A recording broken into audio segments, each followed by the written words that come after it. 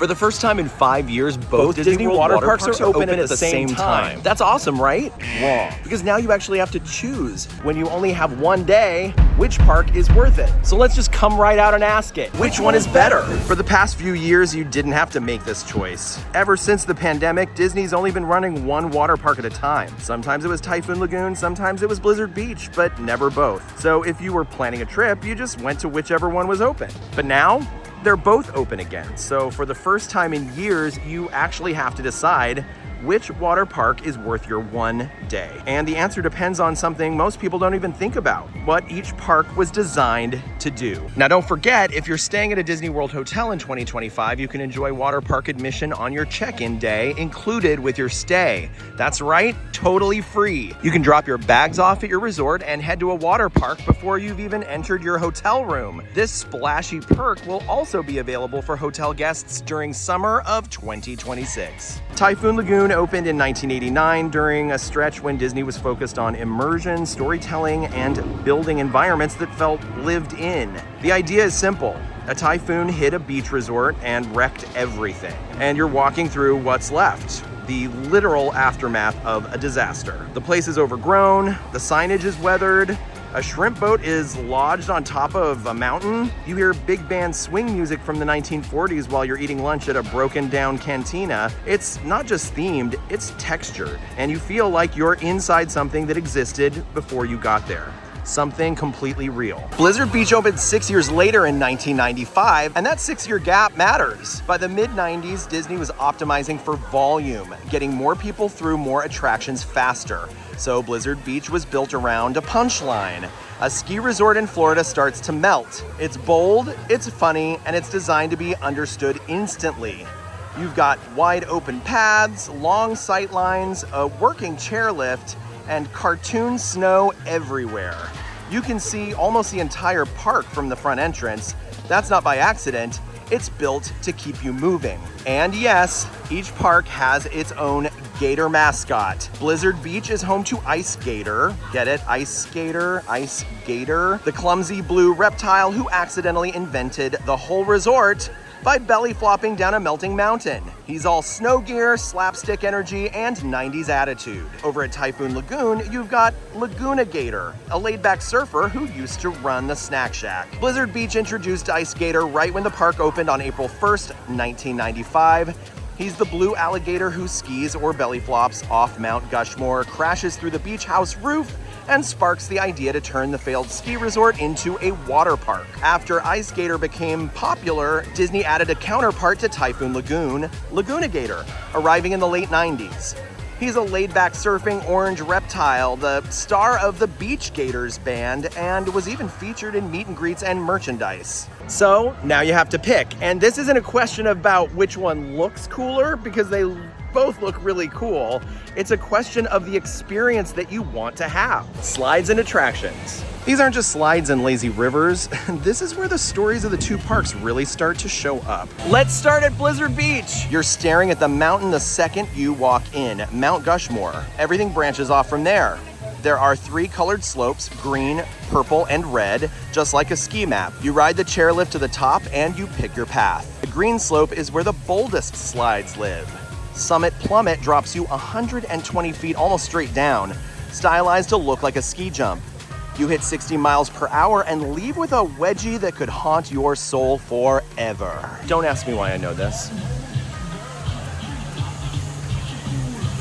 Slush Gusher catches actual air, launching riders over back-to-back hills. Teamboat Springs, which also launches from the peak, is still the longest family raft ride in the world.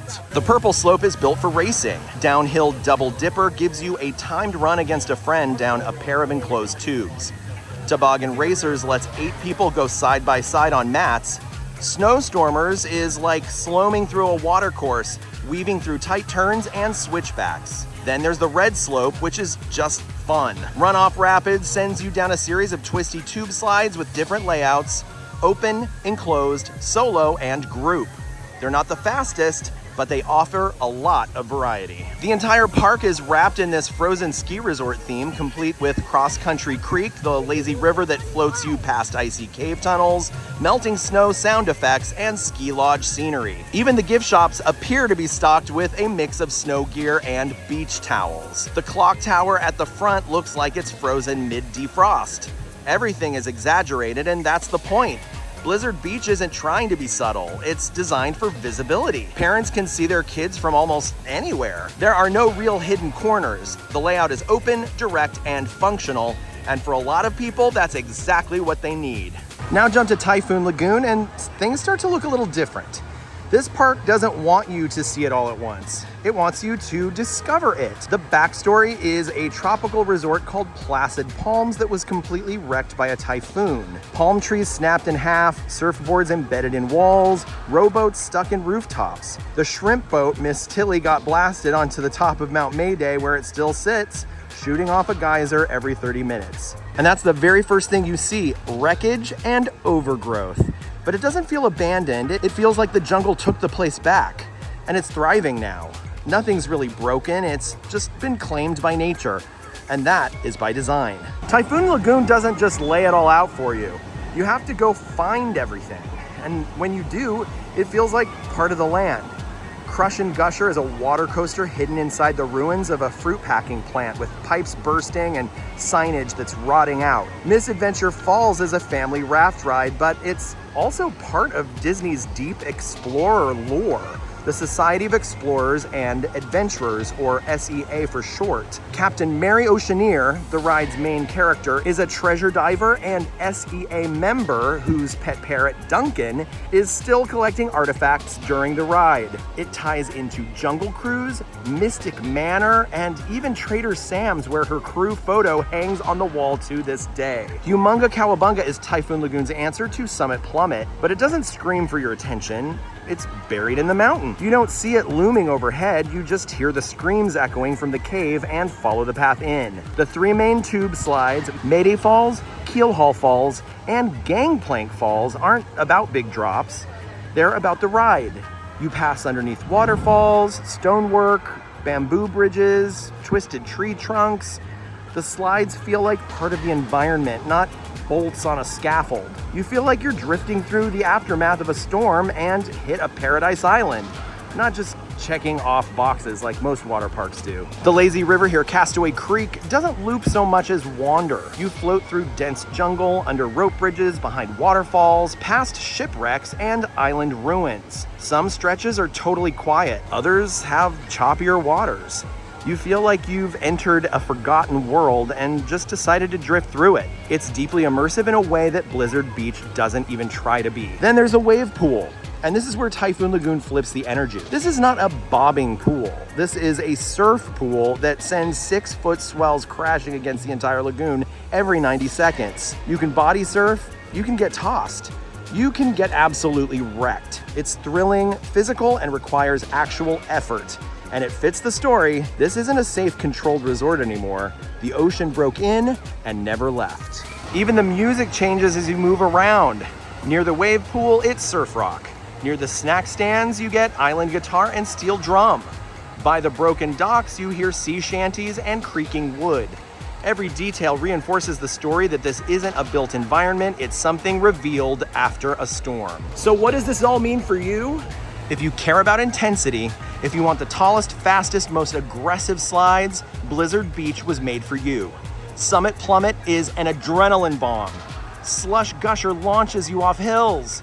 Even the racing slides are designed to give you a jolt. Typhoon Lagoon, on the other hand, isn't chasing that dragon. It's not about who can scream the loudest, it's about immersion. Humunga Cowabunga is thrilling, but it's enclosed, hidden, over in seconds.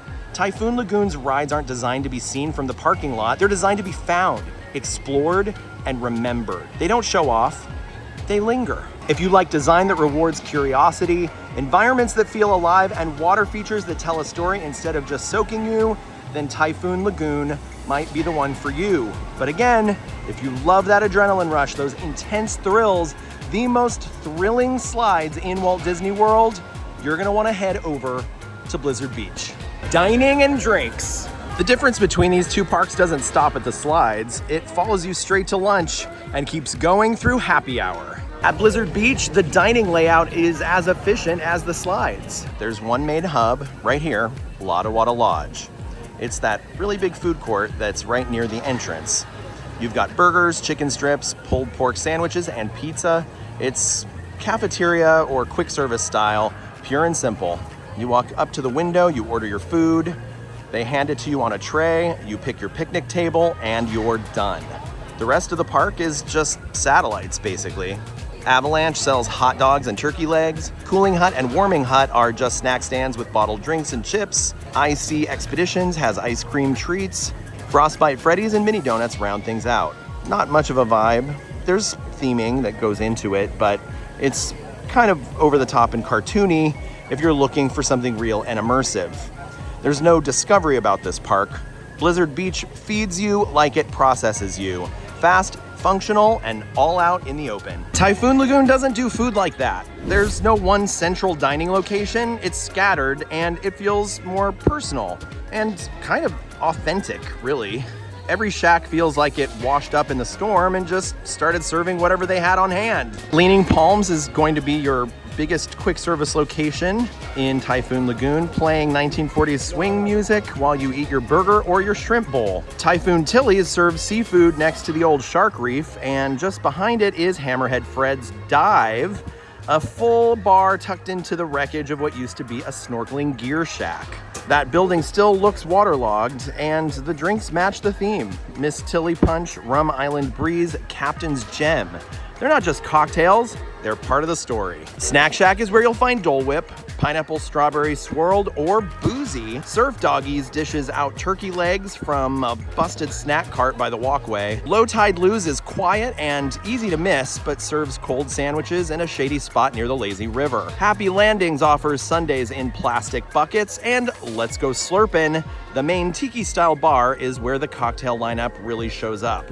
And this is where we get very specific about the cocktails. Back at Blizzard Beach, the drink menu at Frostbite Freddy's will offer you similar signature drinks to what you'll find over at Typhoon Lagoon and around Walt Disney World. Grand margaritas, rum runners, pina coladas, banana cabanas, grapefruit margaritas, black cherry lemonades, all solid choices, but you could be anywhere on Disney World property.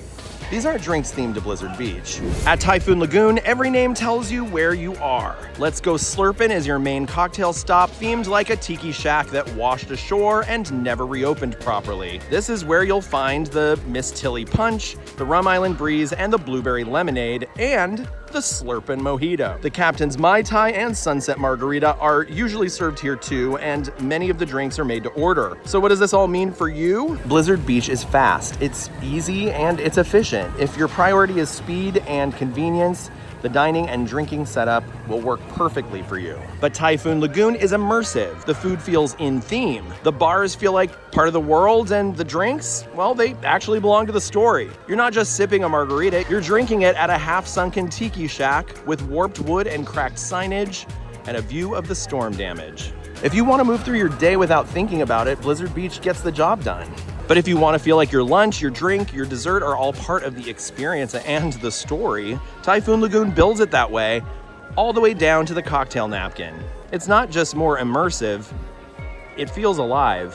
One of my favorite parts of eating at Leaning Palms, formerly Placid Palms, RIP, is this great little seating area. It's a deck that has some covered sections, but it also has seating out in the open, like this little kind of bar around the perimeter. And sometimes it rains and you don't have covered seating, and all of a sudden the seating area that you love feels very exposed. But then you remind yourself, I'm at a water park, I'm already wet, this isn't a big deal, the only thing I need to do is consume my burger with relative quickness, so it doesn't get too soggy from the rain. You know what I mean? But I'm very happy, I'm very content. The sun's out, it's sprinkling, and you know what? Nothing I can't sop up with a little napkin. This is the Impossible Island burger. It has a sriracha mayonnaise. It also has a pineapple relish that I'm really excited about. I've tried a version of this burger here in the past. This is updated and it looks really good. A little soggier than I thought. But it's a water park. It's all part of the theme, right? This is delicious. Super fresh. Look at all that. Magical. Pineapple relish, tomato, red onion, lettuce, and a really nice little bit of a kick. Super, super light. If you're really sensitive to heat, you'll probably be okay with this. I'm getting more of a hit of that red onion than I am from the sriracha mayo, but it's definitely adding flavor, and I personally love it. Amenities and rentals. If you're looking at basic amenities, towels, lockers, places to sit, you'd be forgiven for thinking Typhoon Lagoon and Blizzard Beach are basically the same. At first, it really does seem like a perfect tie. Towel rentals, $2 at both parks, unless you're staying at a Disney hotel, in which case they're free. And at Typhoon Lagoon, you can pick them up at Singapore Sal's near the entrance. At Blizzard Beach, it's Beach House. Same idea, same placement, nothing really different there. Lockers are the same too. $10 for a small, $15 for a large. Each park has 3 locker zones, one near the entrance, one close to the wave pool, and one over by the major slides. Each of those areas also has changing rooms and showers. Even the cheapest level of seating upgrades match up. Both parks offer an umbrella rental package that includes 1 umbrella, 2 lounge chairs, 2 sand or beach chairs, a drink table, and towels for up to 4 people. At Typhoon Lagoon, they're called the Getaway Glen umbrellas. At Blizzard Beach, they're the Lodge umbrellas. The pricing is the same as well, anywhere from $49 to $99 depending on the day. If this was all you're comparing, it really does seem like nothing separates the two. But once you move beyond the entry-level offerings, the split starts to show. Blizzard Beach offers 2 tiers of private cabana-style seating, the standard Polar Patio and the Premium Plus Polar Patio. Both serve up to 10 guests. Both come with cushioned seating for 6, towels, a locker, cold water, soft drinks, and an attendant who handles food and drink orders and keeps everything restocked. The Premium Plus version adds a roof for full-scale shade, a mini fridge, and an oscillating fan and phone chargers.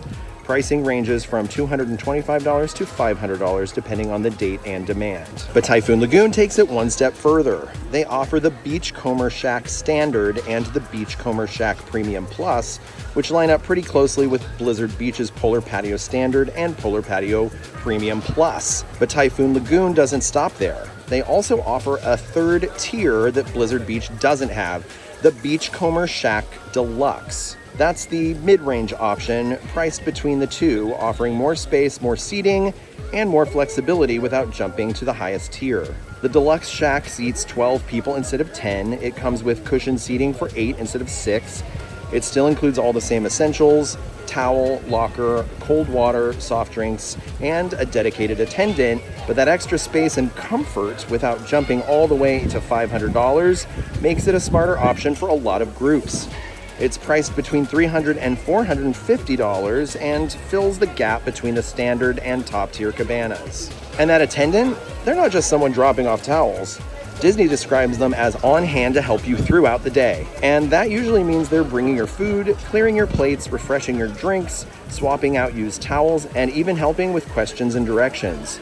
Tipping is not expected, but the service tends to be top tier across both parks. On paper, the cabana offerings look similar, but only Typhoon Lagoon gives you that in-between level. And that might matter to you. And there's something else that the pricing sheet doesn't tell you. At Blizzard Beach, most of the cabanas are clustered in a few central spots, usually found around Lottawada Lodge or the base of Mount Gushmore, looking out towards the lazy river or the ski lift. You're fully visible, you're in the heart of the park. That's good if you want to be near everything, but it also means that you're surrounded. You see everything and everyone sees you. Typhoon Lagoon's cabanas are tucked away, some behind trees, some down hidden paths, some backed into rockwork or perched just above the lazy river. You're still inside the park, but it doesn't feel like it. You're not on display, you're in your own space, and that can change the way your whole day feels. Even the general seating is shaped by this difference. Blizzard Beach lays out most of its chairs in long, open rows. Shade is limited unless you pay for it or get there early. At Typhoon Lagoon, the seating is a little more organic. Chairs are worked into the environment. It's just designed to feel like it belongs there, and that can make a big difference in the way you feel and how well you can relax. While the Beachcomber Premium Plus is more expensive than the Premium, you do get 2 less people in there, and that's because it's chock full of so many amenities, including a television. And I did confirm that your attendant gives you a menu of foods that are available for purchase throughout the park, and they will go place those orders and bring the food directly to you. It does cost extra. You're responsible for paying for it, but how awesome is that? Not having to go wait in line or mobile order. The food just comes right to you at your own private cabana.